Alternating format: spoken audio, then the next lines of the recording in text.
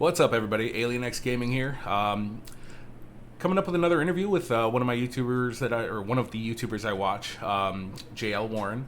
He is part of the Four Beardsmen, the Week in Horror. So I mean, I'm sure you guys know him from somewhere. So just like I did with the plot hole, this is going to be kind of a glimpse into JL's life. It's going to be some questions about him, also about his content, his channels, that kind of stuff. So hopefully you guys enjoy what's going on. What's up, JL? How you doing? Doing good, sir. Doing good. Thank you so much for having me. Oh, no problem. Thank you for doing this. Just a few questions, kind of to get to know you a little bit better, so your fans can learn a little bit, maybe that they don't know about you. Because it's always nice to know who you're watching, who you're, who you're supporting. You know what I mean? Oh, yeah, definitely. Yeah. Excellent. Yeah. Let's do it. All right. Fire when ready. If for some reason there's a question you don't want to answer, just say pass. No questions asked. All right. Okay. Cool. What is your first name? JL. Literally. JL. Okay. No periods between JL. it. Yeah, no periods between it. So JL Warren. God, I hate you even more right now. That's just. All right. So let's see here. Where are you from? Originally, I'm from San Diego, Okay. but moved here when I was young with my family. My mom took a job out here, and have lived here in Texas since '89. So, shit, over 30 years now. So, but yeah, originally Southern California. Okay. Very cool. And how old are you? I am 40. Alrighty. Let's see here. You mentioned you moved with your family over to Texas. So, do you have siblings? I do. I have one brother. You have a brother? All right. You guys close or? Not so much. He's 5 years younger than me, and we never really have been very close. We really are just we're two very very different people. We have different mindsets. We think differently. We see the world very very differently. I mean, I love my brother, and I know that he loves me. We just it's kind of like we see each other at like big events or like Christmas or the occasional Fair birthday, enough. but he doesn't live here in the state. I actually have no family here in the state of Texas. He lives way out. He lives over on the East Coast. Okay. So we, maybe we'll talk every once in a while. I actually can't remember the last time I talked to him. But it's the way it goes sometimes. Sure, it happens, man. All right. So, current family. You got married? Are you married? You got kids? What's up? Yes, I am married. I do not have kids. Don't plan to have kids. But I have been married. I've been with my wife for 17 years. We've been Awesome. married for 7. We were together for 10 years before that. Awesome. We met in college. So when actually film school, we met in film school, and then just been together since 2003. All right. You guys went to the same school. So, who's smarter? Careful. She might see this. No, I'm kidding. No, she probably will. It's always been my opinion that she is as, if not more smart than I am. Excellent. She's definitely more emotionally well-rounded than I am, or more emotionally mature than I am. I mean, you look at my office. I got freaking Funko Pop sitting on the deal, and she's got like charts and everything for dealing with finances and accounting and shit in her. So yeah. She's definitely more mature. I think she's more along emotionally than I am. I'm more of a kid. Stuff like that. But but I actually think she's smarter than I am, to be honest. No, fair enough. Probably a good answer too. But no. Pets. Do you have any animals running around your house? I do. I have 2 wonderful German shepherds that were actually they're rescues, but I actually found them on the street. They were running loose on the street. They didn't have any tags, any collars, any ID whatsoever, no chips or anything. And when I found them, I was actually at work at the time, and I was working on special projects for the company I was working. I was doing a paint job on a store, and all of a sudden these dogs came along, and I was like, "What the heck?" And so I stashed them in the little enclosed dumpster area, enclosed door. He brought him some water and everything because it was super hot. It was August here in Texas, and I was like, the big one, Jingles. He was only about a year old, and Shotzi, the little one, was only about 3-4 months. Oh wow! And I didn't want him to get hit by a car. There was no owner around, so I was like, you know what? Yeah. I'll call my wife. I say, hey, there's these two dogs here. They're just kind of stashed up. Can you think you want to come and get them, and maybe we'll keep them safe, try to find their owners. And she was like, sure. So she was there in like 30 minutes, and opened the hatch, and then the dogs jumped in, and we tried to find their owners, and it turns out that the person who actually did have them beforehand was a real fucking piece of work. The dude was an extreme asshole, and he wasn't taking care of them whatsoever. Both of them had worms really, really bad. Wow. Jingles was not house trained. He was just he didn't recognize toys. When we went to give him toys, he didn't know what to do with them. He never had milk bones in his life. Gave him milk bone. He's like, "What is this?" Oh wow. But smart as a whip, and they acclimated pretty quick to the house, and they've just been ours ever since. We got their shots up. We got them registered with the city, and they've just been ours. Jingles and Shotsy have been ours since then. I think going on almost 7 years now. Oh wow, awesome. Yep, that's very awesome, man.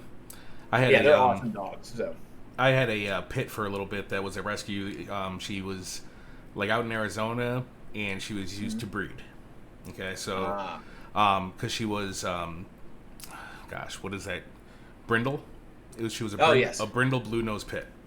So very nice. Yeah, and it apparently those pups are worth quite a bit, I guess, whatever. But we got her, and she clung to me. It was crazy. It was awesome. Just like but everybody has this poor opinion about pits, but those dogs are awesome. But they're wonderful. They're wonderful dogs. As long as they do have a temperament that you can foster into being a more aggressive animal. But if you don't foster that, exactly. they're so loving and they're so sweet. There's a reason they were called nanny dogs. That the Staffordshire Terrier was called the nanny dog in England. It's just because they were so loyal and they were so protective and safe to be around that you could leave them in charge of the kids, of charge of the baby, and the dog could literally protect the baby. So they're fantastic animals. I wish they didn't have the rep that they did. Exactly. The reason I named my dog Jingles after my dad's dog. My dad had a German Shepherd named Jingles, who was a retired canine way back when. This was before he ever met my mom, and so kind of it kind of remembers that I named my dog Jingles, and then of course she named the little one Shotsy. So, all right, let's go ahead and move on. Okay, what was your first job, and what is your current job if you don't do YouTube full time? Oh, let's see. The very first job I ever had. The very first job I ever filled out a W-2 for. Because technically my very, very first job was doing some, cash in hand satellite alignment for my mom. Because my mom used to work for a company called Muzak before they were bought out by Comcast. And there was a time when it was here in Texas when one of their satellites went dead. And they had to adjust all of their subscribers. All the subscribers' dishes had to be adjusted over to the backup satellite. And so they didn't have enough technicians because everybody was out of their music, out of the little store music that you hear. So they were hiring people cash in hand, $20 a dish. Run out there, go up on the roof, readjust. Got to put the headphones on, readjust the satellite until you see these coordinates, and you hear the music in the headphones. Set it, boom, and you're done. $20 in hand for every dish you can knock out. So that was technically my first job. All right. The first W-2 job I ever had was I worked for a grocery store called Albertsons. I was a bag boy. All right. And now I am a university HVAC certified maintenance technician for an apartment complex. Awesome. So, yep. So if you live in an apartment and you break it, I'm the guy that comes to fucking fix it. That's awesome. All right. Let's see here. My boss actually has a shirt that says "I'm here because you broke it." So, yeah, I get that a lot. I'm in the auto repair business, so There you go. Yeah, did you hit a pothole? No. How do you expect it to drive if you don't put any fucking oil in it? What the hell is wrong with you? Right. Anyway, all right, we'll skip that crap. I'm out of work. I'm off the clock. Anyway, what kind of in the pit? I'm not in the pit. I'm not in the pit. I'm not in the pit. No, I'm the manager of a repair shop. So. Oh, there you go. Okay. Yeah, I don't have to actually work on cars. I get to be the one that makes sure everything sort of runs smooth. You know what I mean? Definitely. All right. What hobbies do you have aside from creating content on YouTube? Oh man, hobbies wise, I am a big gamer. I'm also a writer. I'm currently working on my second novella, which is a follow-up to my first novella, which hopefully one day I may get published. I don't know. It's a Lovecraft-inspired horror a collection of horror shorts. So I write. I'm a big gamer. I game Xbox Live Arcade. I also game Halo. I'm a big, huge Halo fan, and of course I game Pokemon Go. Because when I'm out in the world on my mobile, and then of course World of Warcraft. I've been a World of Warcraft fan since its launch, so for 16 years. As a matter of fact, up on that top one, that's Doomhammer, the big one of the weapons from World of Warcraft, famous weapon like that. It's up there on that one up there at the top. But I'm a huge World of Warcraft fan. So other than that, nerd. Not allows. I don't really have much time for much else, unfortunately. Because my work week is typically 40 to 50 hours, and then YouTube, and then I just kind of fill the little snippets of time with doing other things. Okay. Yeah. I don't know if you caught a guy said nerd earlier. It was kind of funny. Oh, I'm such a fucking nerd. I mean, look at these two number one, I got Funko Pops here, and they're very selective. Oh no. Okay, and what I was gonna say is like my response to it was I played Final Fantasy 11 for 15 or 16 years, so I know what you're going through. There you go. So yeah, there and then you go. I have never set up my room yet because I just moved here about a year ago, but I haven't got this PC shit all set up until recently. But I've got well over 400 pops. Nice. I've got full collections of a bunch of different pops. So I mean, like, seeing your background, it actually is kind of making me wish that I would take the time and freaking set up my shit. But take the time, plan it out, and you'll get it. If I were to say if I have another hobby, because I'm a bit of a collector too. Now the pops I get are the ones that I really, really dig. I think are cool. Mm-hmm. Like I've got Zoom from the Flash TV series. I've got Jane from Firefly. I've got a wooden Spider-Man. A lot of these are exclusives. I've got the Cthulhu, which is the bronze patina one, which was New York Comic Con. This one right here is a Stan Lee, and it's a counterfeit. This is a counterfeit Funko Pop, but it was so cool I had to have it. I was like, oh, I'm so buying that, even though it's a fake. I collect dragons of all kinds from all around the world. This case right here and this case over here in this corner are all full of my dragon collection. That's awesome. And you can see them, they're up on top too. All different makes. I've got pewter, I've got granite, I've got glass, I've got acrylic, I've got wood, I've got all kinds of cool shit. You should do a quick video about that shit sometime, man. I probably all the stuff I have back here. I probably should. It's someone said that my office looks like a place where cursed objects are stored. Nice. And then of course I collect autographs, and everything you see on the walls up there, all the little frame pieces like this, those are all like those ones down there, and I got those ones there. Those are all autographs. Kane Hodder, Robert Englund, Norman Reedus, Katie Sackhoff. Up there is that one is Stan Lee. We got all kinds of cool stuff. That's awesome, man. Very cool. So I collect. I'm a collector. Excellent. That's awesome. All right, so let's see here. What's next on my little list of bullshit? Let's see. All right, so you are part of the four Beardsmen. Yes. And I've been watching that for a while when I can. I know it's really early on Sunday mornings for me, but it's really for you too. Obviously, you're Central Time. But God, it's killer early. But how did you guys all meet, and when did you guys decide to create like a four-man channel type thing?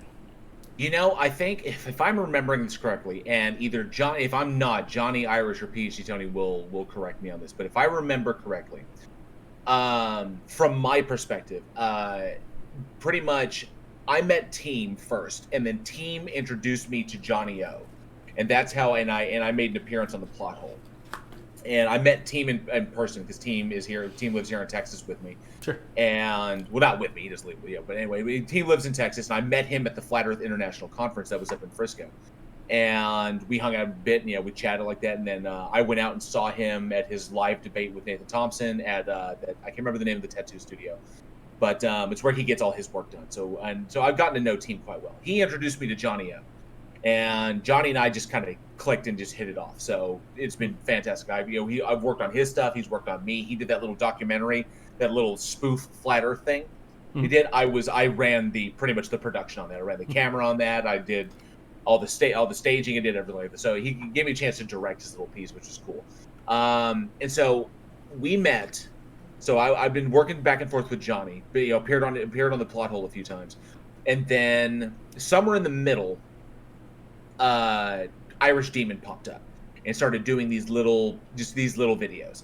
And I remember that Johnny was the connector between Irish Demon and me, and then Irish Demon was the connector between PhD Tony and us. Okay. And so I think that we were chatting in the plot holes room, because the plot hole has their own dedicated Discord server, and I think we were chatting there, and someone made the joke, and I'm pretty sure it was Irish Demon, though I could be wrong. Someone made the joke that, oh, we all have beards, because at the time we all did. He's like, we all have beards, and I got my beard, and Johnny's got his thing, and I think it was Irish. I think it was Irish who made the joke. We all have beards. We could be the Beardsmen. And then we started laughing about that, and we started joking, and I think it was me that put forth the 4 Beardsmen of the Apocalypse.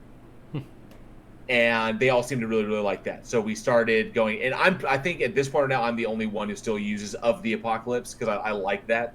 Everyone else just calls us the 4 Beardsmen. Yeah. But I think it was Johnny and I met, and then Irish was the one. He was kind of the catalyst, because that's just the way the guy is. The guy just, he gets in, he's got great energy, he brings everybody together, and he's just like, bam, he's got the gift of the gab. And it was just kind of like a whim thing. I think we were all just chatting back and forth, because PhD Tony had started to show up, and he was just like dropping nuclear bombs on some of these flurfs, which got Irish's attention, which in turn got our attention. We all started paying attention to him, and then I think I'm pretty sure that's how it happened, but the story might be different. Johnny may remember it differently, but I think that's how I remember it. I could be wrong, but I think that's it. I think it was Irish was the catalyst. Very cool, very cool. And how do you guys come up with some of the content that you guys write for that? Oh, well, we actually don't write anything. It's all off the cuff. It's pretty much we started out, we wanted to have like topics that we hit. But with the pandemic going on, topics weren't really coming along. But that's why we've pretty much focused on politics and the pandemic that's currently going on. Occasionally we'll talk about anti-masker, but we all pretty much hold the same opinions on these things. So we wanted to, because it's, number one, it's more entertaining, and number two, we are able to exchange ideas without taking it personally. So, like, for example, if you saw the last one, PhD Tony and I disagreed vehemently on basically the response to Trump. And I view the legacy of this very differently than he views it. He views it as more of a dangerous thing than I do. I don't have that much faith in Americans to make it that dangerous. Once the pandemic's over and everybody's got jobs to get back to, it will literally all die off. That's just my opinion. But because we're all able to have these conversations about whatever, and we're all pretty well read and knowledgeable, we all have kind of a thing like, Irish is really good with history, PhD Tony's really good with physics, or geophysics specifically. I'm solid on religion, and then Johnny O is very well-rounded in pop culture and a little smatterings of everything else. And so we can combine those things, and we can have big conversations about them. But it's all pretty off the cuff, just kind of like, let's do that. I thought, oh man, you won't believe what I saw, and then we'll see if it kicks. And if everybody goes like, yeah, let's talk about that, and then otherwise everybody, I'll be like, hey, I saw this, and everybody's like, oh, whatever, move on to something else. Usually it's Irish who comes up with something funny, but yeah, that's pretty much it. It's all just kind of like whatever hits us, and it seems to work. Yeah, it's good time sometimes, All right, let's see here. Let's see here. That's a dumb question. Never mind. There are no dumb questions. Just dumb people. Only dumb people answering questions. All right, so you are involved with several different channels. You've got your own for J.L. Warren. You've got Week in Horror. You've got the 4 Beardsmen, the Apocalypse. Anything else that you're in or for you or what? As of right now, nope. That's pretty much it. We got the rotating Beardsmen. Week in Horror is my big kind of like business channel. That's the one where we actually have a show. We have a full production budget. That's how we handle all the giveaways and everything. And we have a live production that we put on. We have scripts that we go through. We have research and prep that we do when we watch all the movies that we talk about, or they watch them. I've already seen most of them, and that's the big one. And then of course JL Warren is just for me to pretty much shoot my shit and be like hey, there's this. And the only thing I really talk because my journey as an atheist was pretty big to me, and there's a lot of people out there that still struggle with this, and I was hoping I could be a voice, because whereas individuals like RN Raw and Rationality Rules and Genetically Modified Skeptic and Matt Dillahunty and all these, and Sam Harris, and of course like Richard Dawkins, and if everybody goes back and watches Christopher Hitchens stuff, I miss him terribly, and of course Daniel Dennett or Sam Harris. These individuals, they all have their own unique way of conveying their ideas. And I wanted my JL Warren channel, I think I'm going to be renaming it to Bridge the Divide, because I haven't decided yet. But the reason I wanted to do it is because I wanted to convey some of these ideas that these guys talk about in a slightly different way, because none of them are like Neil deGrasse Tyson. Neil deGrasse Tyson can convey very complex things in a very easy way to digest. I mean, pardon me, his book Astrophysics for People in a Hurry, brilliant book, and you will be able to understand astrophysics. It's pretty fucking impressive. That skill is so rare, and I'm not saying that I can do it, but I'm not saying that I'm like the expert at it and I can do it better than anybody else, but I think I can offer that, where I can offer things like what you and I were talking about. I can offer that in a more digestible chunk. And who knows? Maybe it'll take off, maybe it won't. But it's just kind of like my way to kind of put my thoughts out there. And I've seen some really positive feedback from it. Some individuals that have started looking at their beliefs critically, and made some big changes in their lives, and which is totally flattering. And my objective is not to deconvert people. My objective is to inform. So other than those three. I also appear in a lot of people. I've appeared on Conspiracy Cast channel, Agree to Disagree, Fights channel, Teams channel, Johnny's channel, Irish's channel. I would appear on PhD Tony, but I don't want to fall asleep on camera. Oh, come on now. Oh God. All right. So which one of the channels do you enjoy the most creation for, like making content for? The one I enjoy the most is Week in Horror. Okay. Because it's so much easier. I do like making content for my personal channel, but it is a pain in the ass. As a person, my forte is in directing and writing and acting. And so you give me a script and I'm solid and I'm good to go. You put me in, behind the camera, I'm solid and ready to go. You set me down in front of a copy of Final Draft, I'll punch out what you need. But when it comes to editing and putting in effects and doing, I suck. I'm so not good, and it's such a pain in the ass. This one video I was supposed to have out yesterday, my top 10 arguments for why God doesn't exist. It was supposed to be out yesterday, and I fucked it up somehow, and it didn't render right, and then I tried to fix it, and it got all fucked. I was like, so shit, now I got to do it from scratch. I got to do the whole fucking thing again from the very start. So at least I know where I need to make my cuts. I still have all my notes. It's a pain in the ass. Right before this call, I was re-recording my entire script. So it was just funny because the first time I recorded it took me 30 minutes, and then I just recorded it again, and it took me like 20. So at least it's a good thing. But I definitely enjoy Week in Horror better. It's live. We have our notes. I write the script. I give the script to the guys. We go live. We talk about the shit, and then we're done. And that's easy. And, so, but yeah, I definitely enjoy Week in Horror more. But I will say, my personal channel is somewhat more fulfilling because it lets me get more personal with the people that the people that listen. Sure. Okay. Let's see here. What would be your favorite content to watch on YouTube? Oh, my favorite content to watch. My tastes are so eclectic. Actually, my tastes are very moody. I'm so moody when it comes to what I want. I will go through binges where I will binge like clips from my favorite movies or clips from my favorite TV shows or for a while there, and I would say the stuff I always go back to is probably the legitimate science stuff. So that one thing I love is that every Tuesday and every Friday, Simon and Dan comes out with a new video. When I can listen to that video, and for some reason the algorithm has trained my channel. Whenever Simon and Dan stuff finishes, Neil deGrasse Tyson's Cosmic Queries always comes on. And I love that. So I love listening to like legitimate science communicators. The point and laugh stuff is fun. In bits of people. I like, it's like, oh, let's laugh at this guy for being an idiot. That stuff is cool. But I really like the legitimate science communication. I dig that stuff. So I think that would be my number one. Just because there's a lot of shit that I don't know. Sure. Natural sciences was not my forte. I mean, I'm good at it. I understand it, but it wasn't something I put my focus in. I put my focus in psychology.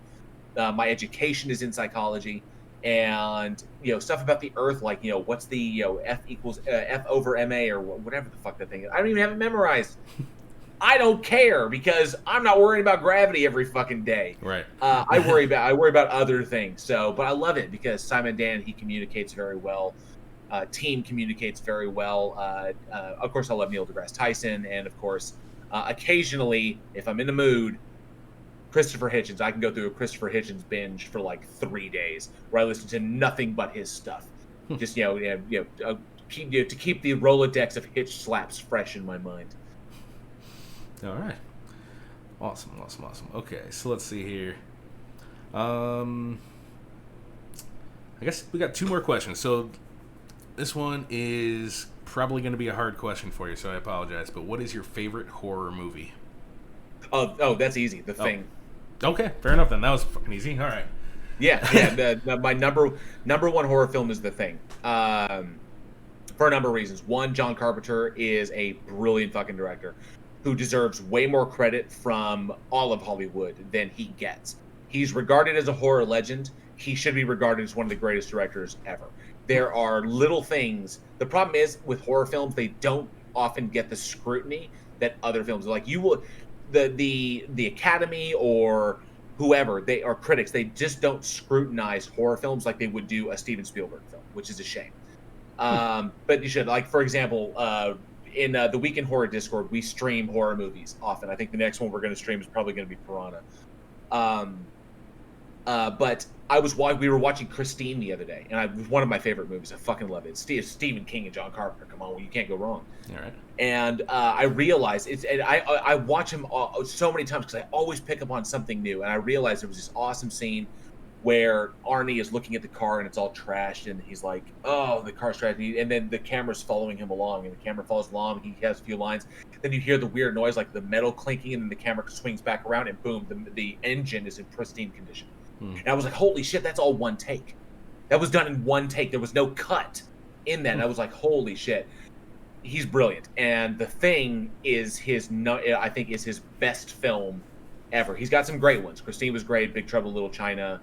Obviously, In the Mouth of Madness is fantastic. As a matter of fact, I've got The Thing right there. The prequel is down below it, but next to The Thing will be Prince of Darkness. And then after that, this whole wall will be pretty much John Carpenter.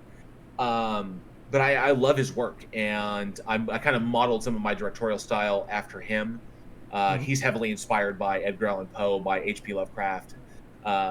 He's my man. H.P.'s my man. And I think it speaks to me the most. And I love The Thing because it dealt with it's a sci-fi horror film, but it deals with the concept of you never really know anyone.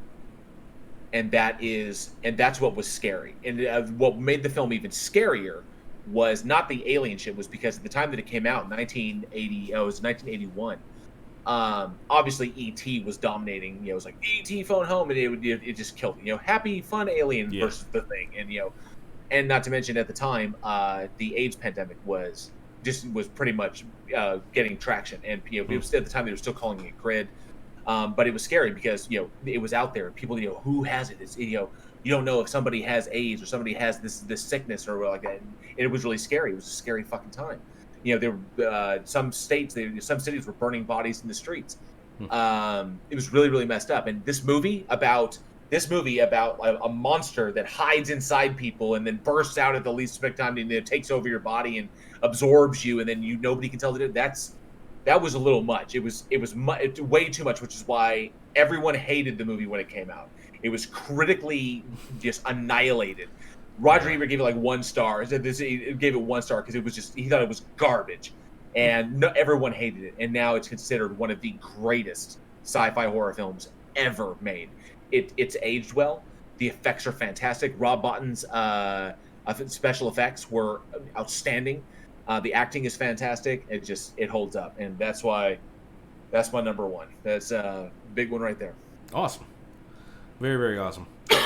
And obviously, I can talk about horror films like all fucking day. Yeah, right. No worries. Last question, I guess, would be: do you have any specials coming up, or any bigger projects that we could be looking forward to? Nothing huge, really. What is it? Week in Horror is pretty much the same. We do our Bloodbath debates, and we have our special guest every month. The next big special we do with Week in Horror is most likely going to be either probably the 100th episode, and then which will come just before the season finale. But the 100th episode will be in August, so we have time before that. And then, of course, with my own personal, I'm thinking about doing a 500 subscriber special. I honestly have no idea what I'm currently at because I probably should pay more attention to this shit. I really should. I'm at 435 subscribers, so I'm guessing I should do in 65 subscribers I should do a 500 subscriber special. Maybe I'll do like I'll go live and maybe do an AMA or something like that. Just ask me whatever.